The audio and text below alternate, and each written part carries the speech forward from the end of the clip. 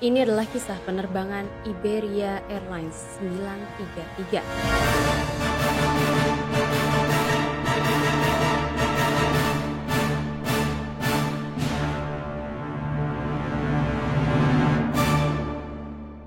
Assalamualaikum warahmatullahi wabarakatuh. Hai, hello Delvers, selamat datang di channel Tamara Delv. Kali ini aku akan membahas mengenai sejarah dari penerbangan Iberia 933, sebuah pesawat yang sudah sampai di bandara tujuannya, tapi pesawat itu tidak sampai dengan selamat. Lantas apa yang terjadi? Kita segera take off ke kronologi. Iberia dalam bahasa Inggris atau Iberia dalam bahasa Spanyol adalah maskapai penerbangan milik Spanyol yang didirikan tahun 1927 dan resmi beroperasi di akhir tahun 1927 atau tepatnya pada bulan Desember. Ini adalah kisah Iberia 933 di mana pesawat yang terlibat adalah sebuah pesawat McDonnell Douglas DC-10. Pesawat itu diproduksi pada awal tahun 1973 oleh McDonnell Douglas di California. Pada saat mengalami kecelakaan, pesawat itu baru berusia sekitar 9 bulan dan telah mengumpulkan 2016 total jam terbang. Awalnya terdaftar dengan registrasi N54627, namun kemudian didaftarkan ulang sebagai ECCBN. Dan pesawat tersebut dikirim ke Iberia secara baru di tahun 1973. Ada 4 orang kru kokpit yang bertugas di dalam penerbangan 933. Yang pertama adalah seorang kapten bernama Jesus Calderon Gestelu. Usianya 53 tahun dengan 21.705 total jam terbang. Selain seorang kapten, ada seorang first officer bernama Alfredo Perez Vega, 54 tahun dengan 34.189 total jam terbang. Nah, kemudian ada seorang flight engineer bernama Celendonio Martin Santos, 42 tahun dengan 15.317 total jam terbang, dan seorang navigator bernama Candido Garcia Bueno, 51 tahun dengan 14.562 total jam terbang. Jika kita melihat usia dan total jam terbangnya, kita tentu tahu dan yakin bahwa 4 kru kokpit ini merupakan kru kokpit yang berpengalaman. Jadi di tanggal 17 Desember 1973, sebuah pesawat DC-8 yang diberi nama Costa Bravo milik Iberia 933 akan lepas landas dari Bandara Barajas Madrid ke Bandara Internasional Boston Logan. Pesawat itu akan membawa 154 orang penumpang dan 14 orang kru kokpit. Dilaporkan bahwa sejak pesawat lepas landas sampai pesawat mengudara semuanya normal. Sampailah pada pukul 3:54 sore waktu setempat, pesawat mulai mendekati Bandara Boston. Dan saat itu petugas menara kontrol sudah mengizinkan penerbangan 933 untuk turun ke ketinggian 3.000 kaki. Petugas menara kontrol juga memberikan vektor untuk penerbangan 933 mendarat di runway 33L atau tempat pesawat itu nantinya akan mendarat. Ada pergantian pengawas dari menara kontrol menuju ke approach control Boston. Dan saat itu diinformasikan tidak ada sesuatu yang buruk mengenai rute pendaratan 933. Angin dinyatakan sepoi-sepoi, kemudian jarak pandang juga dinyatakan cukup baik. Karena semuanya berjalan dengan normal, maka penerbangan 933 ini seharusnya segera mendarat. Nah, posisi pesawat saat itu sudah disejajarkan dengan landasan pacu dan pesawat seharusnya dengan mudah melakukan final approach. Pada saat itulah autopilot dinonaktifkan dan posisi pesawat saat itu sudah diizinkan untuk mendarat oleh approach control.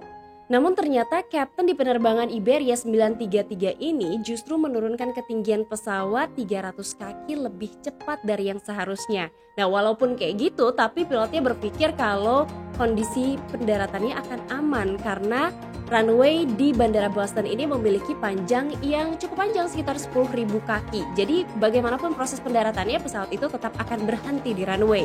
Di detik-detik sebelum pendaratan, first officer ini sempat bilang sama kaptennya bahwa dia udah lihat lampu approach di sebelah kanan di arah sekitar jam 1 atau jam 2. Tapi ternyata informasi dari first officer ini ditangkap sama kapten sebagai kata-kata bahwa first officer sudah melihat lampu approach itu. Nah, di saat yang bersamaan, flight engineer juga ngasih tahu atau memberikan update kepada kapten mengenai ketinggian minimum dari penerbangan untuk pendaratan di Bandara Boston. Saat itu kondisi pesawat sedikit dibelokkan ke kanan sama kapten. Nah, first officer sama flight engineer sadar bahwa ketinggian pesawat ini terlalu rendah untuk melakukan proses final approach dan pendaratan ke runway 33L. Tapi meskipun kayak gitu, kaptennya tetap berpikir kalau dia tetap bisa mendaratkan pesawatnya dengan aman kok. Dan dia juga berpikir kalau dia tetap ada di rute pendaratan yang seharusnya. Nah, karena ketinggian pesawat ini terlalu rendah, yang dilakukan sama kapten adalah mendorong throttle ke depan untuk mengimbangi ketinggian pesawat yang terlalu rendah. Tapi meskipun begitu, first officer sama flight engineer terus mengingatkan kapten bahwa ketinggian pesawatnya terlalu rendah, kapten, untuk melakukan pendaratan di runway 33L. Waktu penerbangan Iberia 933 ini dalam proses final approach mau pendaratan di runway 33L, ada pesawat Air Canada yang saat itu akan lepas landas dan lagi nunggu nih. Nah, pilot Air Canada ini langsung menghubungi Iberia 933 dan ngasih tahu para pilotnya kalau pesawat itu terlalu rendah nih pada saat proses final approach dan akan mendarat di runway 33L. Nah, tapi saat itu Kapten Iberia tetap mikir kalau semuanya bakalan aman kok. Tapi dia juga berusaha untuk memperbaiki sikap dan ketinggian pesawatnya. Tapi ternyata apapun yang dilakukan sama sang kapten ini nggak berhasil untuk membuat sikap pesawatnya stabil. Nah, waktu kapten lagi memperbaiki kecepatan dan ketinggian pesawat untuk pendaratan, saat itu juga flight engineer dengan sangat cepatnya memberikan update sama pilot mengenai ketinggian pesawat. Jadi flight engineer ini nyebutin ketinggian pesawat dengan sangat-sangat cepat. Dia nyebutin dari mulai 50, 40, 30, 20, 10, dan saat itu kapten jadi nggak fokus mengenai ketinggian dan kecepatan pesawat. Sampai-sampai akhirnya yang terjadi sebelum pesawat itu touchdown, bagian kanan pesawat itu menghantam lampu approach di bandara. Nah, ada beberapa orang yang lihat persis bagaimana pesawat itu menghantam tiang dari lampu approach dan langsung melaporkan ke radio di menara kontrol. Nah, laporannya berisikan bahwa ada sebuah pesawat yang baru aja mengalami kecelakaan. Pesawat itu menghantam bagian tiang dari lampu approach. Nah, petugas menara kontrol yang mendapatkan informasi itu langsung berdiri dan ngeliat di jendela tower bahwa memang ketika sebuah pesawat mendarat dia melihat ada jejak dari api dan juga asap yang mengikuti pesawat itu. Dan saat itu dikonfirmasilah sebagai penerbangan Iberia 933. Pesawat akhirnya touchdown. Tapi ternyata waktu pesawat itu touchdown, kaptennya tiba-tiba nggak bisa ngelihat landasan pacu. Kenapa? Karena setelah pesawat itu touchdown, bagian dari roda pendaratan kanan ini patah, yang bikin akhirnya pesawat itu naik lagi sedikit, tapi cuma sedikit dan hanya beberapa waktu. Karena kapten langsung secara inisiatif mendorong kolom kontrolnya ke bawah dan bikin pesawat itu jatuh secara tiba-tiba ke landasan. Karena proses jatuhnya pesawat itu ke landasan sangat keras, maka menyebabkan ledakan yang besar. Nah, pesawat saat itu masih terus meluncur dan akhirnya beberapa saat kemudian pesawat baru berhenti. Nah, ketika pesawat itu dalam kondisi kritis di landasan pacu, petugas menara kontrol kan langsung menyalakan alarm darurat. Di mana dengan alarm itu petugas layanan kedaruratan bandara harus segera bersiap dan menuju ke lokasi kecelakaan.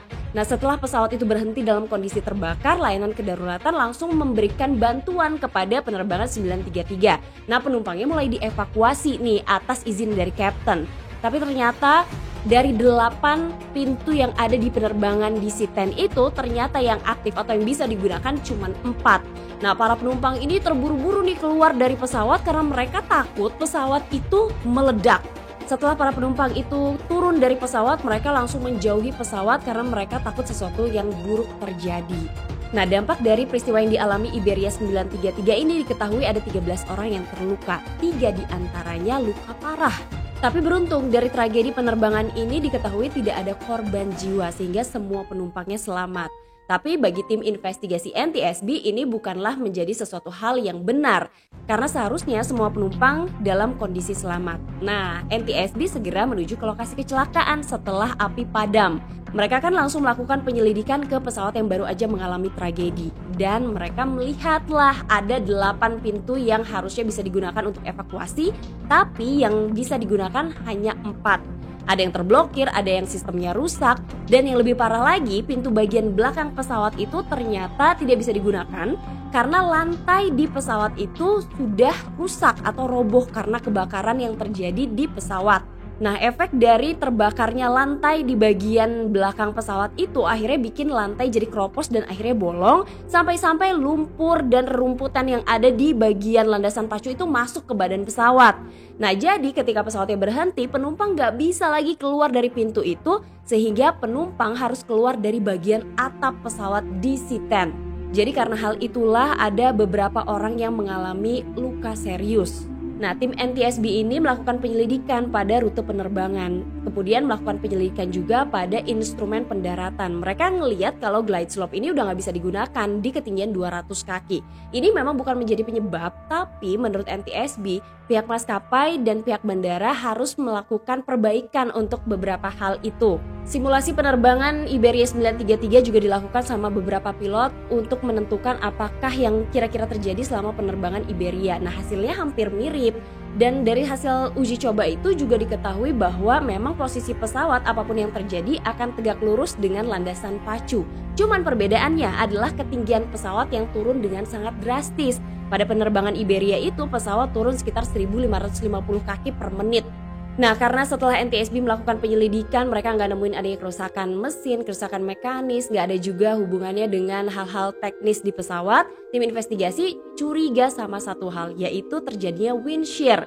Mereka dapat laporan lah tentang kondisi cuaca, dan memang pada saat proses pendaratan Iberia ini, angin yang tadinya bertiup 18 knot bertambah jadi 21 knot. Jadi intinya penerbangan Iberia ini mengalami kecelakaan karena ada faktor pendukung yaitu wind shear.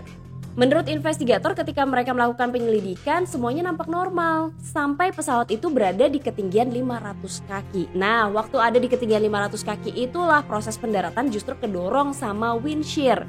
Nah, sampai-sampai saat itu pilot udah gak bisa lagi ngatur ketinggian pesawat, kemudian captain juga ke distract sama laporan-laporan dari kru kokpit lainnya. Meskipun di tahun 1970-an belum banyak penelitian yang dilakukan tentang efek wind shear pada pesawat, tapi mereka tahu bahwa ketika sebuah pesawat masuk ke wind shear, pilot harus menerapkan lebih besar tingkat keturunan normal untuk menjaga pesawat tetap meluncur. Karena beberapa kejadian setelahnya justru bikin pesawat gak stabil bahkan sampai akhirnya mengalami kecelakaan. NTSB melakukan penyelidikan terhadap FDR dari penerbangan Iberia 933. Kemudian mereka tahulah bahwa tingkat penurunan terlalu cepat selama proses approach akibat pertemuan dari wind shear, dan penyelidikan menemukan juga bahwa captain dan first officer gagal mengenali perubahan kecepatan sampai pesawat bertabrakan dengan tiang lampu approach. Nah, ditemukan juga sama NTSB kalau perubahan cuaca telah mengalihkan perhatian pilot dari pemantauan tingkat penurunan. Nah, dalam laporan kecelakaannya, NTSB menyatakan bahwa kapten tidak mengenali dan mungkin tidak dapat mengenali tingkat penurunan yang meningkat pada waktunya untuk menahan sebelum pesawat itu menabrak tiang lampu approach. Nah, jadi kesimpulan dari NTSB adalah pesawat masuk ke wind shear dan saat itu fokus dari pilot teralihkan karena banyak faktor. Nah, Delvers, itulah sedikit informasi dari channel Tamara Delv yang membahas mengenai penerbangan Iberia 933. Nah, semoga informasi ini menambah wawasan kita tentang dunia penerbangan dan kita jadi tahu lagi nih ada satu tragedi penerbangan yang terjadi tepat di bandara tujuannya. Harusnya pesawat itu mendarat dengan normal tapi justru mengalami sebuah tragedi. Beruntung semua penumpangnya selamat. Nah, kalau kamu mau menambahkan informasi boleh banget di kolom komentar. Jangan lupa tapi di subscribe, dinyalain lonceng notifikasi, dan di komen-komen di bawah sini ya. Sampai ketemu lagi. Assalamualaikum warahmatullahi wabarakatuh. Bye-bye.